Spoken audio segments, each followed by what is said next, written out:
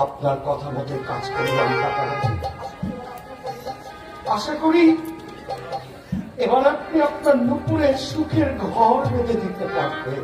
পলাশ, আচ্ছা আমি তোমাকে দিলাম,